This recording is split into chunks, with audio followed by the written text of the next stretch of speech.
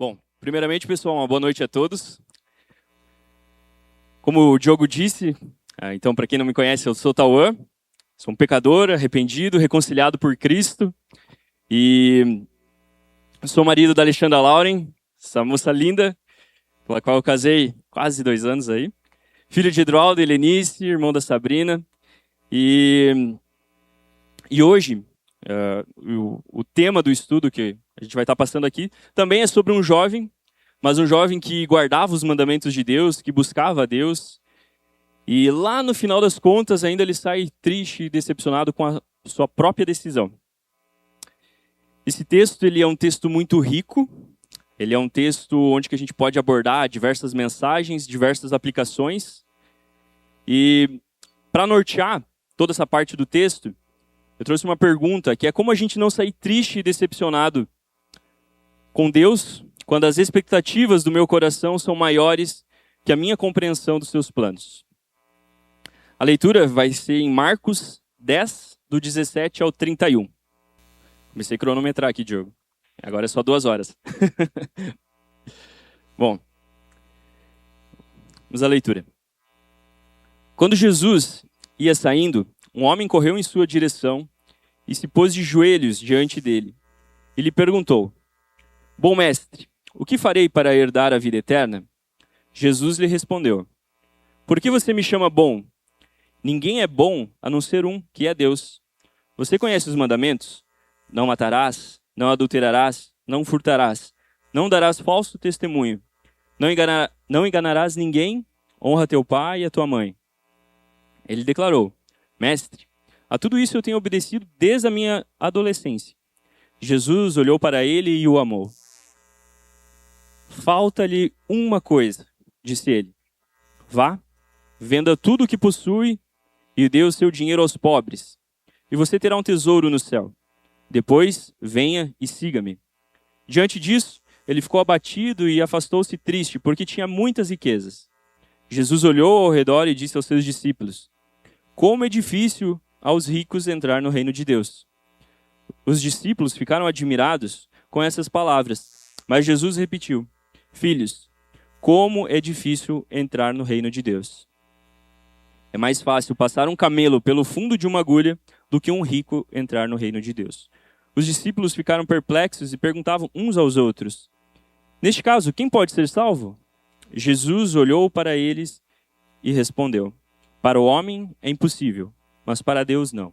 Todas as coisas são possíveis para Deus.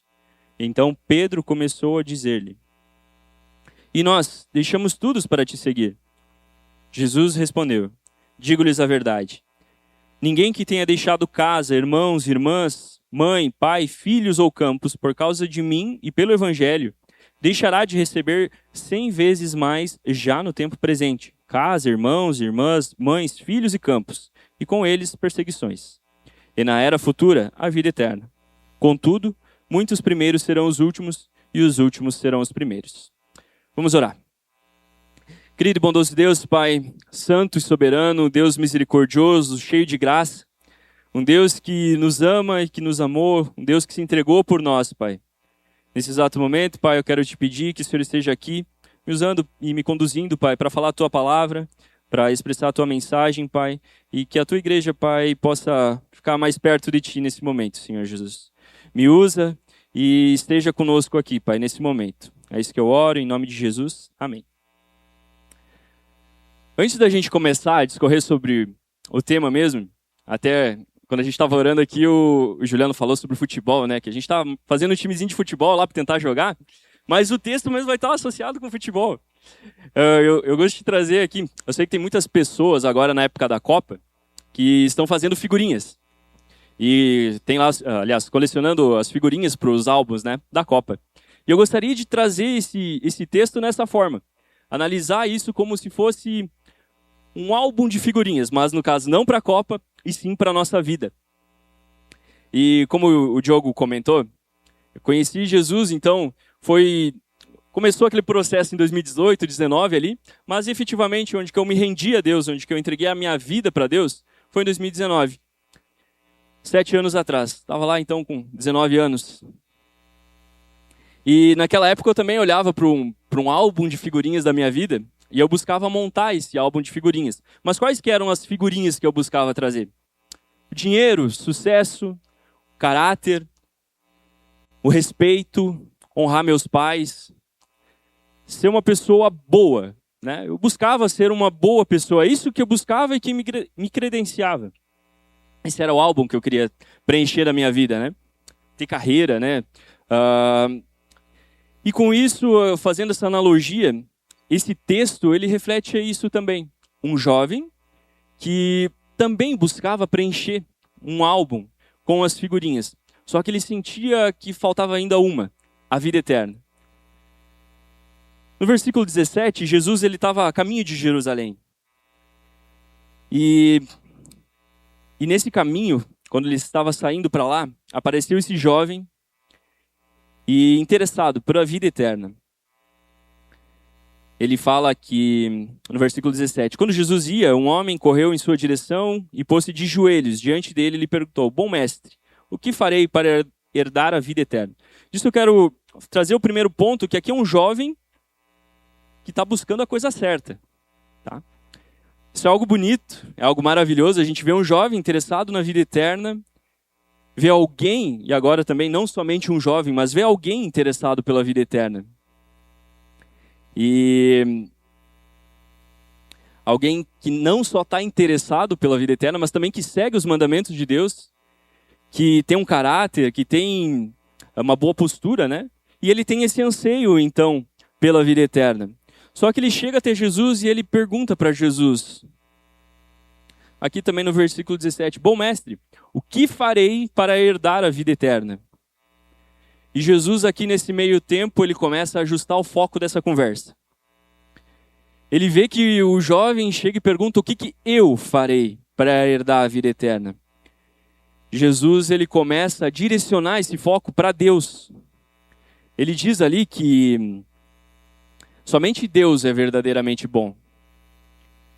Jesus, ele estava olhando para o coração daquele jovem já diretamente. E ele já começa a colocar o foco em Deus. E essa ideia de que o jovem, quando chega a Jesus e pergunta o que eu devo fazer, Jesus ele quebra e ele começa a dizer que essa ideia desse jovem está um pouquinho equivocada. Então, nesse primeiro ponto do texto, Jesus ele começa a ajustar o foco. Ele mostra que não é sobre o que o homem faz, mas sim é sobre quem Deus é.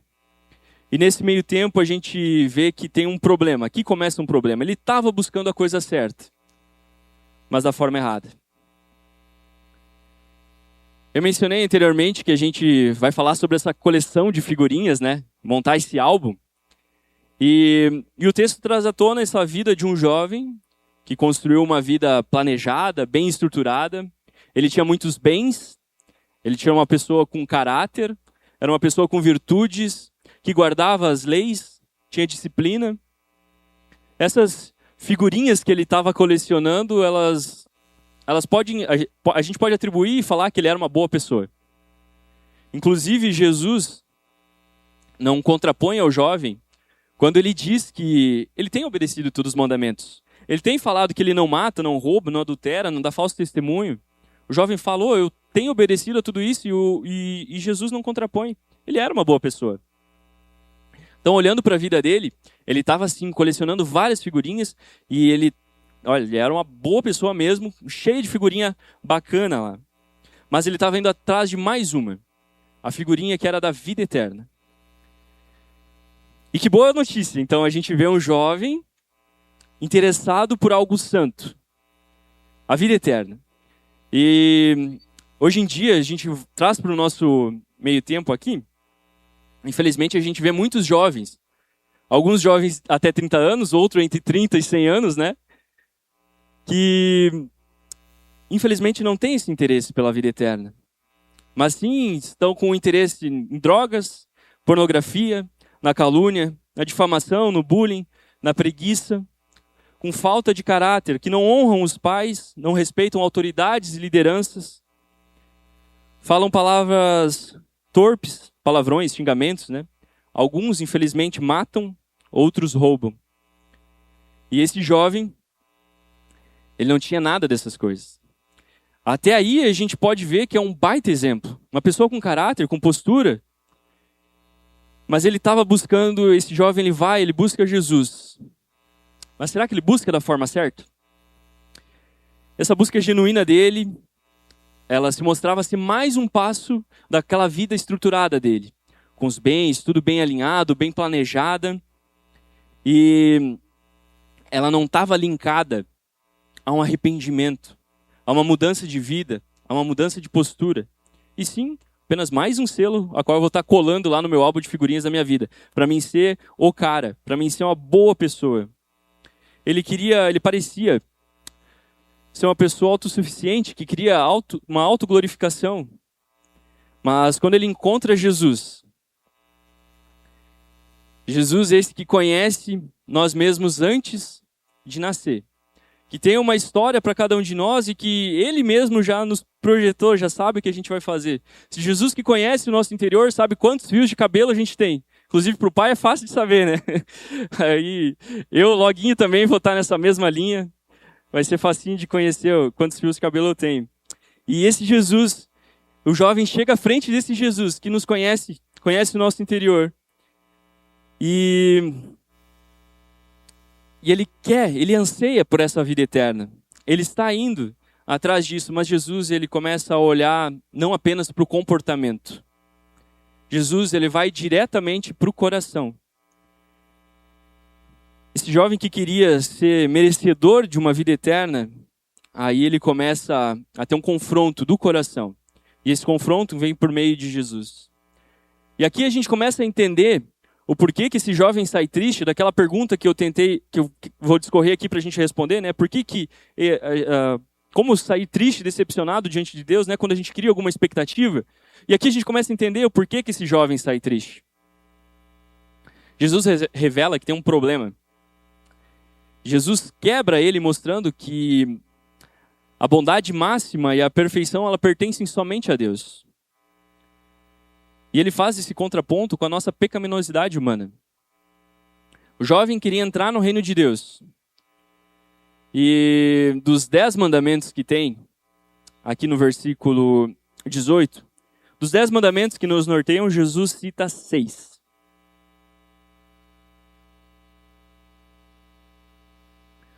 Os 6 mandamentos que ele cita, é aqueles da horizontal. O amar o próximo como a si mesmo.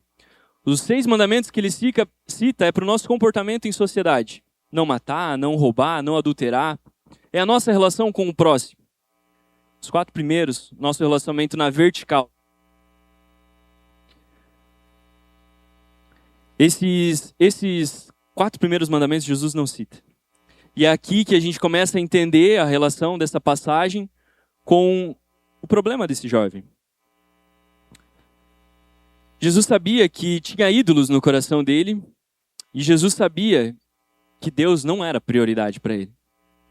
O coração dele estava com esse problema, tinha um ídolo. Ele guardava os mandamentos sim como pessoas, mas não colocava Deus acima de tudo. Jesus estava dizendo para ele que não é sobre você ser bom, não é sobre esforço, é sobre entrega. Que primeiramente, ele não era merecedor da salvação. Assim como nós também não somos merecedores da salvação. Segundo, que ele não era bom. Ele era um pecador que precisava de Deus, assim como todos nós. Jesus reconhece ali que de fato ele era sim uma boa pessoa. Mas que faltava uma coisa para ele herdar a vida eterna. Vender todos os seus bens e seguir Jesus. A expectativa daquele jovem que quando chegou à frente de Jesus, né, o Deus encarnado, ele chegou com a expectativa, tipo, eu sou o cara, eu cheguei aqui quase perfeito, mas Jesus, o que falta para mim herdar a vida eterna? Eu não mato, eu não roubo, eu guardo os mandamentos, eu sou o cara. Jesus, ele olha para o coração. E aí ele revela que aquela expectativa do jovem, ela foi frustrada. É como que se aquele jovem chegasse em busca, né, dessa última figurinha do seu álbum, que é a vida eterna, e Jesus falasse, pega esse álbum, bota fora. Isso daí não vale nada. Eu quero que tu bota fora esse álbum e vamos começar tudo de novo. Me dá uma página em branco. A figurinha aqui, ela muda. Não é mais cola uma figurinha, é joga o álbum fora, vem comigo. O chamado que é irresistível de Jesus. Quando ele convida, ele chama esse jovem. É um chamado irresistível. Eu, Tauan, não fui capaz de dizer não. Quando ele me chamou para me arrepender dos meus pecados, muitos que estão aqui não foram capazes de dizer não. Se arrependeram, se foram para Jesus, entregaram a vida. Mas o jovem, que foi tão sedente atrás da vida eterna, ele respondeu com um eu não. Ele não queria. Quando a gente chega à frente de Jesus, ele vai pedir aquilo que a gente não deu para ele. E aqui é o contraste desse jovem. E agora, fazendo essa analogia e trazendo isso para nós, como que hoje a gente está reagindo ao chamado de Jesus? Ele nos chama, ele nos convida para se arrepender, para se entregar a ele o nosso coração, para servir na igreja, para servir em ministérios, ele chama para um arrependimento. Como que a gente tem reagido ao chamado de Jesus? Então aqui a gente começa a entender o porquê que esse jovem saiu triste. Ele se retirou triste porque ele não quis entregar a sua maior riqueza. Como comentei, essa passagem ela pode abrir diversas aplicações. E aqui ele discorre a partir do versículo 23 sobre a riqueza. E o versículo do 23 ao 25 ele fala: Jesus olhou ao redor e disse aos seus discípulos: como é difícil os ricos entrar no reino de Deus. Os discípulos ficaram admirados com essas palavras, mas Jesus repetiu: filhos, como é difícil entrar no reino de Deus. É mais fácil passar um camelo pelo fundo de uma agulha do que um rico entrar no reino de Deus. Essa dificuldade de um rico entrar no reino de Deus, Jesus agora ele vai bagunçar toda a cabeça dos discípulos. Pois os discípulos ali, eles andavam com Deus e com Jesus, né? E eu vou fazer um parênteses. Na época, antigamente, quando falava que uma pessoa era rica, que ela tinha muitos bens, essa riqueza ela estava associada a uma pessoa, ser uma pessoa de Deus, ser um servo de Deus, uma pessoa que estava alinhada com os propósitos de Deus, então ela foi abençoada, por isso ela tinha muitos bens. E quando chega aquele jovem com muitos bens na frente de Jesus, ele quebra esse paradigma. Jesus ele mostra que não é porque tu é rico, não é porque tu é mais importante aos nossos olhos, não é porque a gente te valoriza mais ou porque a gente acha que você é uma pessoa rica, a gente vai estar dando moral para ti, que o teu lugar no reino do céu está garantido. E o perigo dessa passagem é pensar totalmente o contrário, que não é porque tu é uma pessoa humilde que tu não tem nada, vende o almoço para comer a janta, que o teu lugar no reino dos céus também está garantido. Jesus ele começa a ajustar isso aqui e ele mostra que não é pelo que tu tem ou pelo que tu não tem que o lugar no reino dos céus está garantido. Como eu comentei, os discípulos andavam com ele e não entendiam muitas coisas do que Jesus fazia. E aqui foi mais uma delas. Como que um rico não entra no reino de Deus?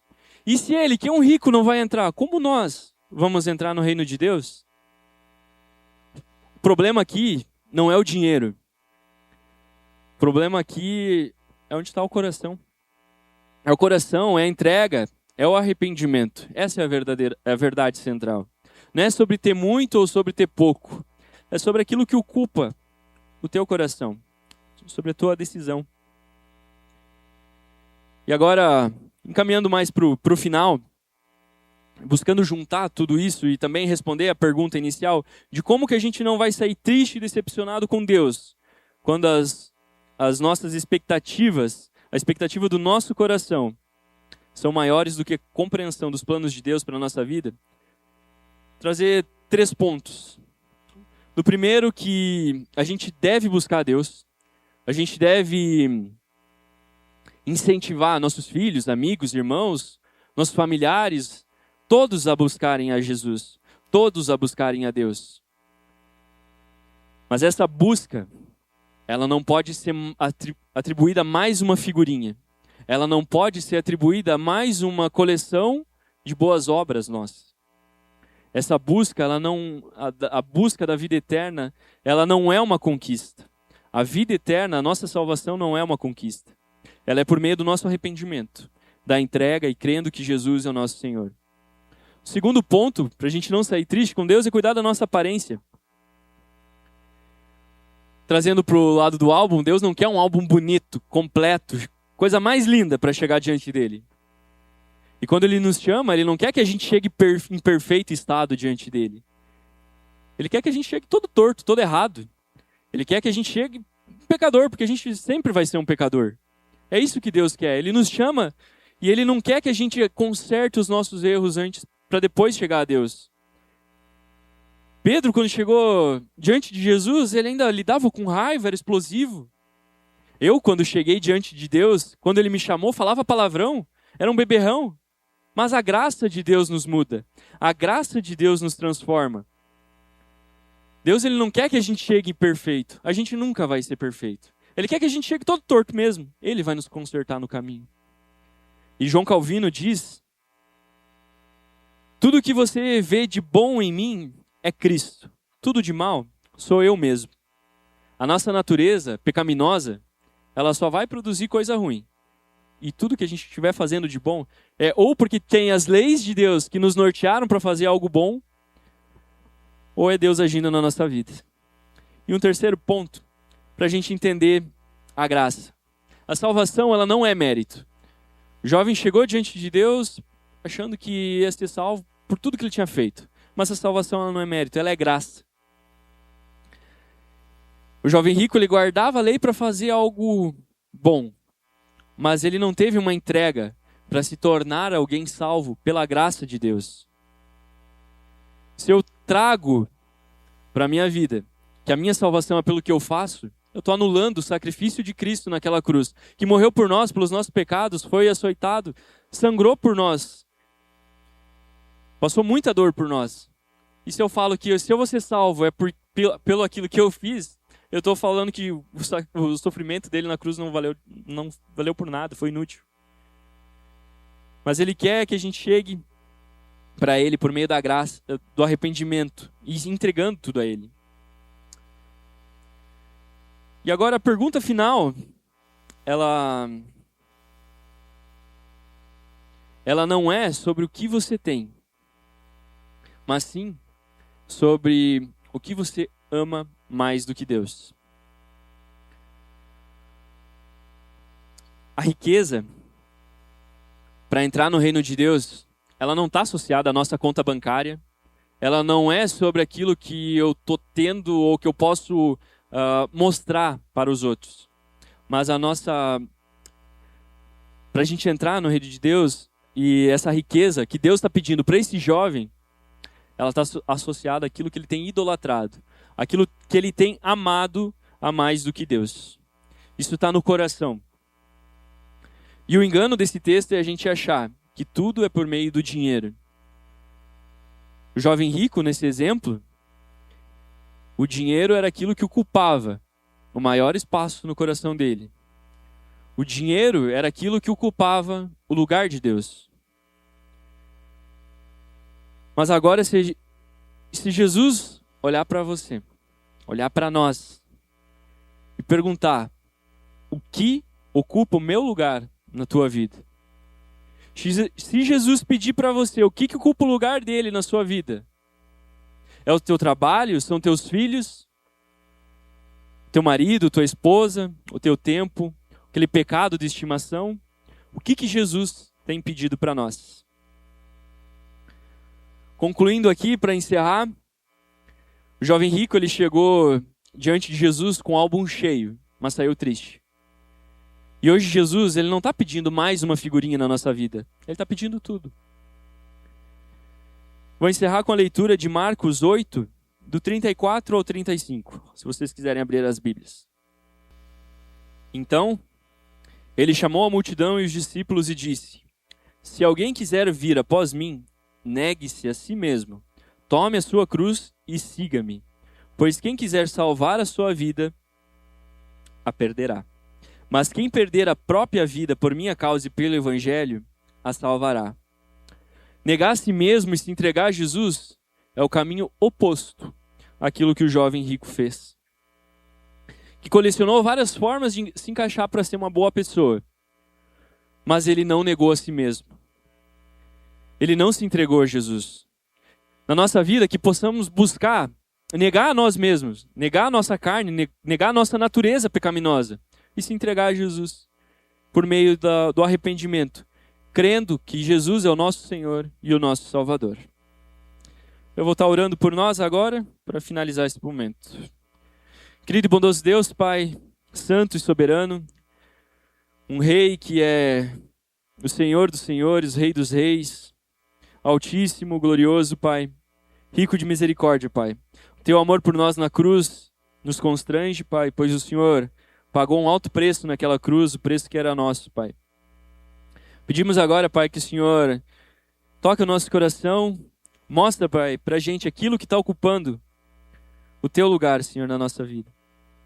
Que a gente possa, Pai, entregar isso diante de Ti, se arrepender, Pai, se reconciliar contigo e entregar, Pai, Teu devido lugar na nossa vida, que é o primeiro lugar, Pai. O Senhor deve ser a prioridade na nossa vida.